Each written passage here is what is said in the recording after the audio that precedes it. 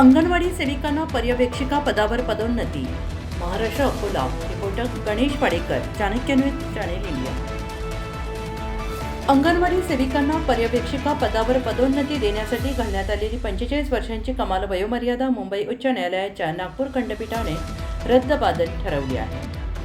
ही अट भेदभावपूर्ण आणि घटनाविरोधी असल्याचं नमूद करत न्यायमूर्ती अनिल केलोर आणि न्यायमूर्ती राज वाकोडे यांच्या खंडपीठाने महत्त्वपूर्ण निर्णय दिला आहे. या निकालामुळे राज्यातील 55 वर्षांपर्यंतच्या पात्र अंगणवाडी सेविकांना मोठा दिलासा मिळाला असून त्यांच्या पदोन्नतीचा मार्ग मोकळा झाला आहे.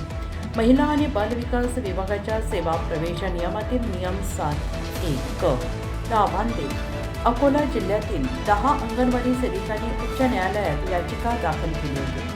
याचिकाकर्त्यांमध्ये छाया तुळशीराम खरात, मलकापूर तालुका अकोला, उषा प्रभाकर महाले, भेंडी महान तालुका बार्शी टाकळी, शारदा विनायक वानखडे, उमरी असब तालुका मूर्ती विजापूर, सुरेखा मोतीराम लुंगे, कान्हेरी सरग तालुका बार्शी टाकळी, नंदा वसंत चव्हाण, खडकी तालुका बार्शी टाकळी, लक्ष्मी श्रीरंग चंद्रप्रकाश भागवत, आगर तालुका अकोला, झाटे चोंडी तालुका पातूर, अनिता सुभाष दत्तात्रय तराळे, उगवा तालुका अकोला, ज्योती ओंकार सुलताने, उगवा तालुका अकोला आणि सविता मनोहर देशमुख, चरणगाव तालुका पातूर यांचा समावेश होता. त्यांच्या वतीने ॲडव्होकेट वेद देशपांडे यांनी बाजू मांडली.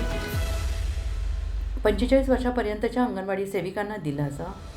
सुनावणी दरम्यान राज्य सरकारने 55व्या वर्षी पर्यवेक्षिका म्हणून नियुक्ती झाल्यास निवृत्तीपर्यंत कमी सेवा कालावधी उरतो, तसेच क्षेत्रीय कामकाजात अडचणी येऊ शकतात असा युक्तिवाद केला. मात्र दीर्घ अनुभवांमुळे या सेविका अधिक सक्षमपणे जबाबदारी पार पाडू शकतात असे निरीक्षण नोंदवत न्यायालयाने शासनाची भूमिका फेटाळून लावली. या निर्णयामुळे अनेक पदोन्नतीपासून वंचित राहिलेल्या अनुभवी अंगणवाडी सेविकांना न्याय मिळाला असून राज्यभरातील पात्र सेविकांना त्याचा लाभ होणार आहे. आमची वयोमर्यादा वाढवण्यासाठी आम्ही हायकोर्ट नागपूरमध्ये केस दाखल केली होती. तर आमच्या वतीने ॲडव्होकेट वेद देशपांडे सरांनी काम पाहिलं आणि आम्हाला यश सुद्धा मिळवून दिलं. तर हे पुढील माहिती पिटिशनर्स जे आहेत त्या अकोला जिल्हा परिषदच्या खाली जी ICDS स्कीम आहे त्याच्यामध्ये अंगणवाडी जे असतात त्याच्यात 94, 95, 96 पासून सगळ्या कार्यरत होत्या.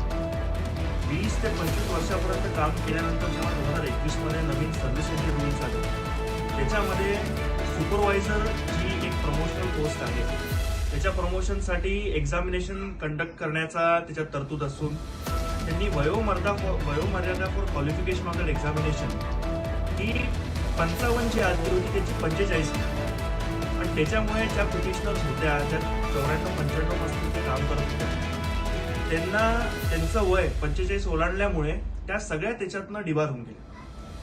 आता 20-25 वर्ष दिल्यानंतर ज्या वेळेला ही फायनली प्रमोशनची संधी आली त्यावेळेला फक्त वयाच्या कारणावरनं त्यांना डिबार करणं हे अगदी अनकॉन्स्टिट्युशन होतं असं सगळ्यांचं प्रामाणिक मत असल्यामुळे आपण ही याचिका हायकोर्टात दाखल केली.